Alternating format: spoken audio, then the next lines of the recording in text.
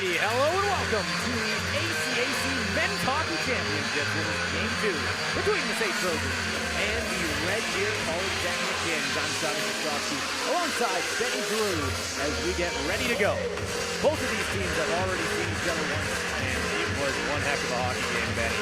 Yeah, absolutely. It's tallied out to 14 goals scored over the game, which was highlighted by our lovely panel of experts earlier here in the broadcast. And both teams, I'm sure, will be looking to rewrite the script a little bit. Maybe not a perfect game from either standpoint, but both teams will look to regain some composure. And speaking of composure, we'll see if either team can get their power play going, as both are sporting a flawless penalty kill so far in these ACAC playoffs. Yeah, it's the two best teams in the ACAC going at it. We knew that this would be the case. It felt from very early on in this season. Both of these teams just so dominant throughout this entire thing, and I know both of these squads wouldn't have it any other way.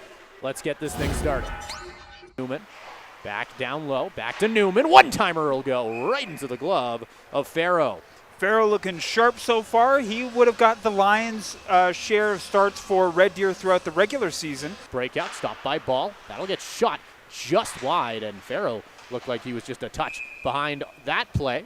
Wasn't quite ready for it, but Ball did miss the net, so he'll live to see another day. It was one of those perfect shots that got high quickly, and you can lose very fast if you're not careful. Picking that up is Gold. Gold up to Underhill. Down the left side has Clark and Simpson with him. Underhill, Simpson walks in, tipped in front. They'll score! SAIT grabs the first goal of Game 2 off the tip. Wow, it looked like Farrow was in position, but puck ticked off a stick. And I'm just waiting to see who's going to lead the line, because I believe it ticked off a Red Deer stick out in front, or off of Clark's stick. And that is a fine showcase of hand-eye coordination. And the veteran for SAIT coming in clutch earlier as Dylan Clark. He didn't get in a lot of regular season games. He struggled with injuries this season, but he has really come in clutch early here. That's his 4th point of the playoff run so far. That's chipped back up high. Able to hold that one in was DeGraves as he walks in the left side. Doesn't shoot. Tries to center. Man on the other side, and Red Deer gets the tie on the power play. Yeah, absolutely. Roofed that one on the power play. The man advantage will remain, since it was a goal on the major, and that one's going to go the way of Mason Buchert, who had 9 goals through the regular season. And it really seemed like they were looking for him. That entire power play, finally able to hit him on the far side. And McLean, he slid across. He did everything he could to get in front of that puck. Oh, and that one was up over the shoulder. That's a very difficult save to make. Bear over to Underhill. He's got plenty of speed, and he's going to try and use it. Going down the left side, gets past the defender, puts it on goal, and they'll go to the other side, and the Trojans find number 2.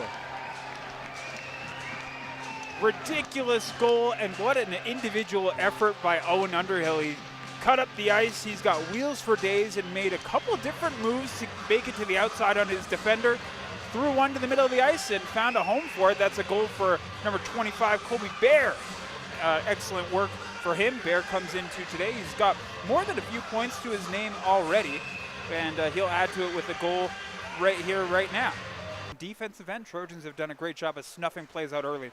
DeGraves will take this over the red line, down the left side, has some room to work with on the other side, and Bernard buries it and ties it up. Red Deer finds number 2.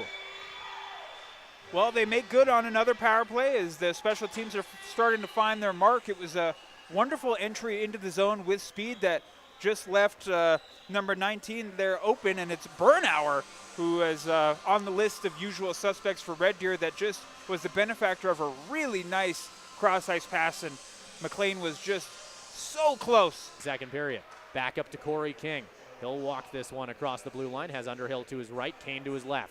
On the left side, back over to Bear. Bear, back over to King. One-timer, Bear. That goes right in the net. Oh, my goodness. An absolute rocket. The Trojans go up by 1. I apologize. That was an absolutely beautiful shot, and he just labeled it. Top left corner. When you think about a one-timer goal, that's what you picture. Colby Bear with an absolutely lovely shot.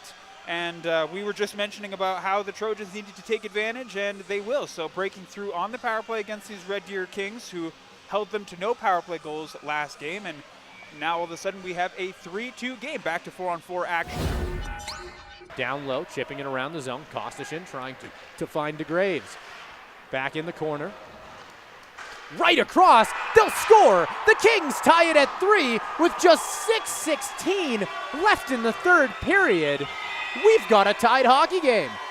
Wow, yeah, what an absolute snipe from number 10. That's an excellent goal, and the usual suspects, it's Tanner Skalou who comes through with a goal. And what a beautiful cross-ice sauce pass that landed just perfectly on the tape. I saw about 2 feet of elevation from the puck before it landed directly on his stick, and just found a tiny little sliver of daylight on Andrew McLean, who was in good position. And we may be getting a penalty, 21 seconds separating the penalty and time clocks right here. And if there was ever a time to pull out all the penalty killing stops right now, it's, well, right now for the Kings, as there's no better opportunity than late third period power plays, and these can be real momentum shifters. Plus, I feel like the Trojans have been pressing, so signs pointing towards a huge 2 minutes here. On the right side, hands it off to Underhill. Cuts his way back across, swap spots with Reshny. They'll score! The Trojans break the tie with 2 minutes to go! Owen Underhill. What a tip in front on the power play. Underhill will add to his point total. And this power play is humming right now, was more than 30% heading into this game, even after going over during game 1. And now the final 2 minutes have the Trojans up by 1, and things do not get more exciting than this. We're going to see a timeout here. It's going to go to Red Deer, I believe, if I saw that correctly. Yep, it's going to go to Red Deer. So we're going to see the Kings take a pause here. Minute 36, all that's left. They lead in shots by 3 at this point. The Trojans have had every single lead in this hockey game. Back to Sklaruk, DeGraves now. He'll swap spots, back to Sklaruk. Walks in to the corner, odd angle shot, rebounds there, McLean in front of it, no goal! They'll wave it off! So many players down, they'll say it's in. The ref's saying no. I don't even know what happened there. The call, another emphatic no goal, 2 no goals called right there, as there was probably close to 5 bodies in the blue paint all over each other. Die. Slowing things down here. Minute left on the clock. Sklaruk at the blue line, back down the left side. Sending this right across. McLean, he can't get in front of it. The Kings, they tie it at 4 with 56 seconds to go. Once again, the Kings get themselves back in it, and it's going to be Carter Cormier. Man, Cormier's had his fingerprints all over this game as well. He's been a big bruising body out there, and he's on the board within the final minute. And this game has been very consistent throughout, where it's one team, then the other team, and then it goes back to the other team. And this seesaw affair has us on the edge of our seats. And what does the final 56 seconds of this frame have for us? And ladies and gentlemen, we're going to overtime. Yeah, I saw that one coming. It felt like that even from game 1, where these two teams are so evenly matched at where we are. Willick will launch that one into the corner. King up high, stepped onside, long shot, blocked in front, loose, sent wide by Corey King. That could have been dangerous. For the King, it'll be Tibbles. Kamung, back down low, odd bounce, goes off the side of the net, in front of McLean, picked up by Bear. He'll get it to Clark, 2-on-1, and we've got a hand in the air. Trojans cutting in. Clark gets it knocked off his stick. Trojans trying to set up on the power play. Kane on the outside. Sends it to Reshny. Reshny tries to send it right back. Defender stuck right in the middle. Back up high. Corey King walks the blue line down the left side. Back to Reshny. He rips it, but that'll go straight into the glove of Farrow. Farrow, what a save. He saw that one the whole way, though. Lock it in on the other side. Clark walks in, takes it to the backhand, put on goal, rebounds there, but it'll be covered by Ethan Farrow. Just maybe potentially one too many moves there, as Clark put himself a little in tight, but he's still got a very dangerous backhand off. And McLean, who got his paddle up there, I believe. Oh, net! McLean in kidding? Front of it! It goes wide! What a save! And it'll go back on goal again. McLean without his without his stick here. The goalie stick made a save out in front. That third shot tipped off the loose goalie stick and into the corner. We're comfortable cheating on the faceoff, by the way. Because they have all those wingers that can come in, they're really comfortable trying to gain an advantage in the dot. Underhill back up high. Gold cross to King. King fires loose in front. It's put on goal. It goes off the side of the net and it goes back wide. In front, Bear off the pad and wide. Back in the corner. The Kings. One overtime period was just not enough. We're going to get another 20 minutes. Wow. Wow. What a beautiful game and double overtime. Like I said earlier, man, hockey fans are eating good today.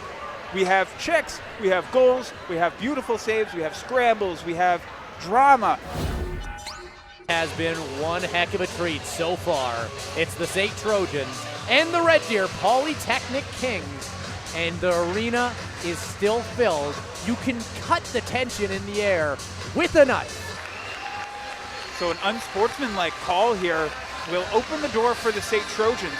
It's going to be a power play that saw them make a connection in the final 2 minutes, and so power play coming up clutch, and we'll see if they can do that again. Charging in, Minnock couldn't get it into the slot. Corey King off the boards. He has Newman. Newman and Simpson, 2-on-1. They'll walk in, he'll hold, but he'll sky it, and it'll go flying into the netting. What a defensive play from number 10. That was an excellent job. I believe that's Sklaruk who went down. He was down for a while, and Simpson was trying to toe drag out of the lane, but it just went off the stick of Sklaruk, and that was a beautiful 2-on-1 for the Trojans, but excellent defensive play from the Kings. Gold cross to King. King down the right side. Gold to the corner. Bear, Clark, they'll score, but there'll be a whistle. The Trojans win it in overtime. Ref signaled a goal. I saw a goal signal. They're going to have a conversation here. Refs conversating, but the Trojans are celebrating. A decision hasn't been made yet. McLean went over to have a chat with Ethan Farrow. He gave him a pat on the shoulder, wow, as that is very clearly as the linesman coming in is now. The net off potentially? Because I see it's not on the mooring, or that could have come off during the celebration potentially, but we're going to wait right here and figure out what the move is going to be. But if things stand, that would be the game-winning goal. 13 minutes and 11 seconds into this game. No goal. Are you kidding me? No goal, the call? Oh, we got to get an explanation for this one. As 6:49 left here in the fifth frame. We're not done yet. Why that goal was called back. You know, when I took this game, there was never a concern in my head about potentially missing the F1 race at 1 in the morning, but we're starting to get there. I'm starting to get scared. Oh, up high, goodness. Clayton. He'll have it at the blue line. Working his way to the offensive zone. On the other side, Underhill. He'll swing and strike out. Back down low. Bear up high. Clayton, he's all alone. He'll fire. What a save. It's loose. They score. The Trojans win. You can't turn that one down. SAIT finally finishes the job. If at first you don't succeed, try again. The Trojans have been crashing the net for the latter half of this overtime frame, and finally, they find success. Relentless pressure. What a game! 13 minutes and 29 seconds of period 5 is what it took us. And what a result. False start on the 1 goal. We strap ourselves in for a longer game, and the Trojans come right back and score another one.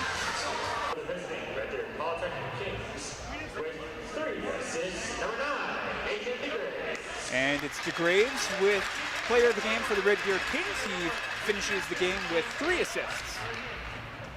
And player of the game for the SAIT Trojans with the overtime